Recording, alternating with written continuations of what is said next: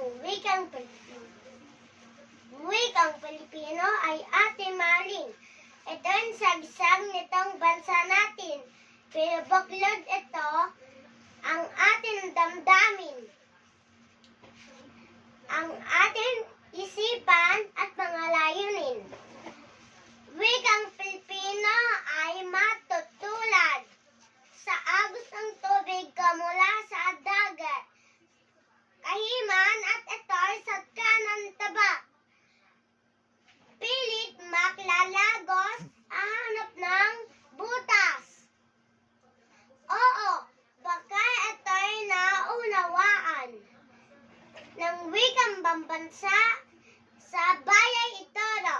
32 taon sinapuso ng bata, matanda, lalo na ng guro.